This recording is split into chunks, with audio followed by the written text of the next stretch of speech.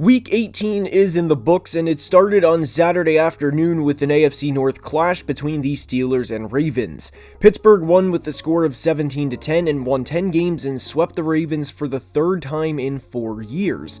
Pittsburgh finished the year 5-1 in the division. There is a lot we are going to break down with this team over the offseason, but beating your arch rival is always a good feeling, especially factoring in Pittsburgh needed this to keep their playoff chances alive. The run game for this team has improved as the seasons went on, and I am eager to see how they continue to improve upon this.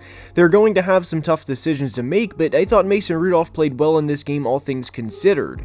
The weather obviously wasn't good to throw the ball in, and Mason completed 90% of his passes, with one of the incompletions on a ball Deontay Johnson could have laid out for.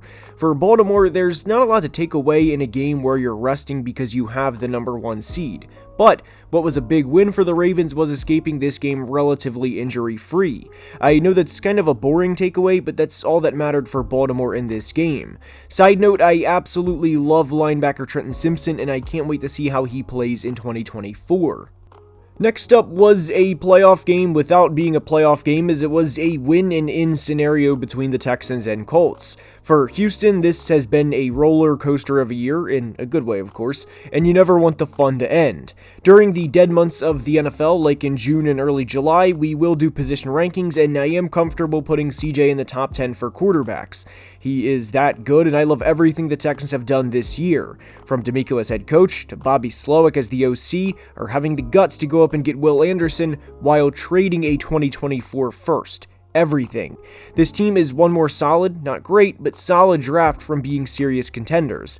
For Indy, yes, this loss stinks, and yes, the play at the end wasn't fun, but did you think you would be in this position 6 months ago? I didn't, and I wouldn't have thought that when you told me AR would go down in week 5. Sure, the season didn't end in a great way, but I love this team's future, and there will be a lot of Colts discussion this offseason, and I absolutely love what this team is building behind Coach of the Year candidate Shane Steichen. They will be fine. Now on to Sunday, and the first game we are going to discuss is Panthers-Bucs. For Carolina, the nightmare of a season is finally over. They ended the 2023 season by not scoring a touchdown, or point for that matter, in the final 2 weeks of the year, and that summarizes the 2023 Panthers season. With how bad the situation is, there will of course be a ton of content on them in the offseason, but my takeaway that is really a yearly takeaway, not just a Week 18 takeaway, is they need to do anything to build around Bryce this offseason. Quite literally anything to improve the roster before it's too late. Nothing else matters except that because of how much of a nightmare this year was for them. Congrats to Tampa on winning the NFC South for the 3rd straight year, despite not playing their best game offensively. Antoine Winfield Jr., who was somehow not named a Pro Bowler, made a huge play in this game, and despite the NFC South champion getting clowned at points throughout the regular season, no matter who that team would have been, Tampa can win a playoff game behind this defense. Will they? Well, we'll find out next week. Now to the other NFC South game, and I think this type of loss will signal the end of the Arthur Smith era. I recently said in a video that he was safe for 2024, and to clarify, Ian Rappaport said this on December 31st, and I didn't think the Falcons would lose the final 2 games by a combined 51 points. So there is the clarification on that part, but this was an all-around disappointing year for Atlanta, and this game summarized the season for them. Arthur Smith said to Dennis Allen in the post-game handshake that the late-game touchdown to run the square up was, quote, effing cow manure, and you can't blame him for feeling this way. He's probably out as the head coach and got embarrassed on his way out the door. For the Saints, Derek Carr had the best game of his season in Week 18, which will create a conversation all offseason of what to do moving forward. We will, of course, break everything down regarding this franchise in the coming weeks, but the Saints have missed the playoffs in back-to-back years, and I have a thought of what they should do moving forward, but we'll see if anything happens in the next 48 hours, despite the win. Up to Foxborough for Jets-Patriots, and ladies and gentlemen, the Jets got them. Nobody beats the Jets 16 times in a row, and they have beat the Patriots for the first time since 2015, and the first time in regulation since the playoff game back in 2010. This was a game where you hand the ball off to your running back and disregard everybody else's touches and spam him the ball and basically say, stop us. And that's what the Jets did with Breece Hall in this game. Breece finished the game with 189 total yards and a touchdown, including a 50-yard touchdown to seal the deal and give the Jets the win. This was expected to be the final game for Bill as a Patriot, so Jets Jets fans are ecstatic this was his final game with the team. But for the Patriots, the nightmare of a season is finally over, and this was a good loss to end the miserable year and have a good draft pick in 2024. Given there is a high chance this was the Patriots' final game with Bill, now is a good time to reminisce on all of those fun memories he and Tom provided over the past 23 years. Nothing lasts forever, and we are on to Cincinnati to discuss Browns-Bengals. When you start Jeff Driscoll and Pierre Strong on the road as an NFL team, you're not going to win many games, and not surprisingly, they didn't, as it was a rest week for the Browns starters. I like David Bell from Purdue and Cedric Tillman from Tennessee a lot in the draft process over the last few years, and I was glad to see David Bell catch 2 touchdowns in this game, even if they were garbage time touchdowns. There's really no takeaway for Cleveland except that they won in Week 18 because they were in a position to rest their starters with more meaningful football ahead. Now, for the Bengals, there were a lot of naysayers, rightfully so, after Joe Burrow went down, as that is a season-altering injury, but I was impressed with how the Bengals played in the remaining games since then, effort-wise. There's times towards the end of the year where guys play for the name on the back of their jerseys rather than the front of their jerseys, but you never saw that with the 2023 Bengals. This season didn't go the way they intended, but I am eager to see what they do this offseason. To Detroit for Vikings-Lions, and this was an all-around frustrating year for Minnesota. In this game alone, they had 7 starters out from the start of the regular season, which included quarterback, right guard and right tackle, a tight end, a defensive end, and 2 top corners. Not surprisingly, they lost this game, but like we said with the Bengals, it was good to see this team fight to the end, and it was also good to see Justin Jefferson go for 1,000 yards for the 4th consecutive year, despite missing 7 games. With bad quarterback play after he came back from injury on top of it. This will be a very interesting team to watch this offseason. For the Lions, I wish them well in the postseason, but I wasn't the biggest fan of playing your starters the entire time, and I think that is an area, assuming this team has similar success in 2024, that Dan Campbell will look to monitor more. At the time of recording, there is no news on Sam Laporta, but there was little reason for him to play in this game. Is the 2 seed with putting your faith in both the Giants and Commanders beating the Eagles and Cowboys worth getting any starters potentially hurt? I don't think so, but congratulations to the Lions on the division title, and good luck in the postseason. Jags-Titans time, and it's time to have a conversation about the Jags. I posted a video about this a little over a week ago, and I have a lot of concerns with this team moving forward. You can't extend Trevor Lawrence to a 5-year deal based on what we saw this year. You can't extend him based off of a good 7-game span in 2022. 2024 will be a prove-it year for him, and with the Texans' emergence, I have a lot of questions about the Jags' future moving forward. I don't think it's very bright, and I think there is a chance the only playoff game Trevor wins for the first 4 years of his career will be the Brandon Staley choke job. This will arguably be the most fascinating team to watch this offseason because of where they are as a franchise. For the Titans, congrats on the win, and way to send Derrick Henry off with one last win over the Jags. The Titans roster needs a lot of improvement this offseason, and we will discuss that a lot in the near future, but what a win to end the year. Rams 49ers time, and it was a great duel between former top 3 picks Carson Wentz and Sam Darnold. Wentz and the Rams would go on to win with the score of 21-20, and with this win, the Rams will take on the Lions in the wild card round of the playoffs.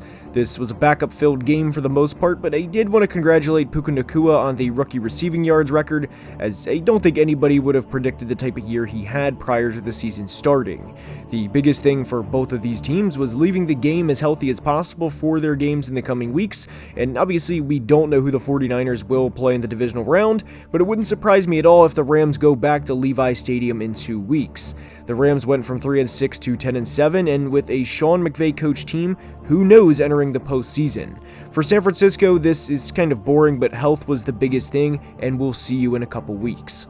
Down to SoFi for an electric matchup between Blaine Gabbert and Easton Stick, and I know this game was pretty much all backups for the Chiefs, as that bum they have a tight end couldn't get 16 yards to continue his streak of 1,000-yard seasons, but what I will positively say about the Chiefs in this game was Mecole Hardman had over 75 receiving yards, and you only need him to be a decent player for a few weeks in the postseason. I don't think he's an 85-catch guy in the regular season by any means, but Mecole has been through this before, and I hope Pat gives him some looks in the playoffs. Guys outside of Rashee Rice and Travis are going to have to step up. For For the Chargers, the nightmare is finally over and it's on to next season. They will be picking 5th overall, and unfortunately for Chargers fans, Matt Prater missed a game-winning kick for the Cardinals, which would have put LA at number 4, and there is a real chance that with this missed kick, we don't get to see 5 or maybe 10 years of Justin Herbert and Marvin Harrison Jr., but instead, we see Kyler Murray and Marvin Harrison Jr., all because of a Week 18 missed kick at the end of regulation.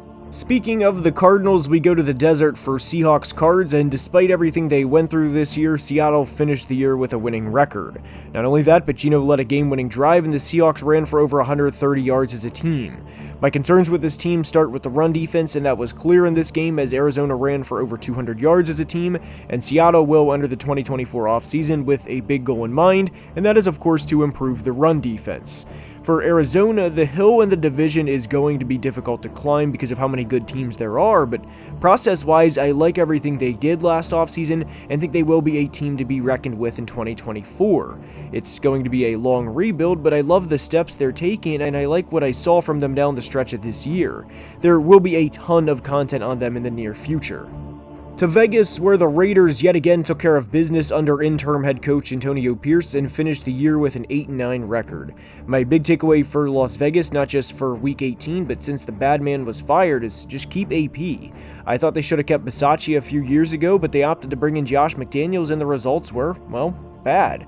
Don't overthink it this time around. Keep AP, and as simple as this idea is, just improve the roster. That's it. That is the offseason goal for the Raiders. They're not far from being a true dark horse contender in the AFC. For Denver, another losing season, this time finishing with an 8-9 record.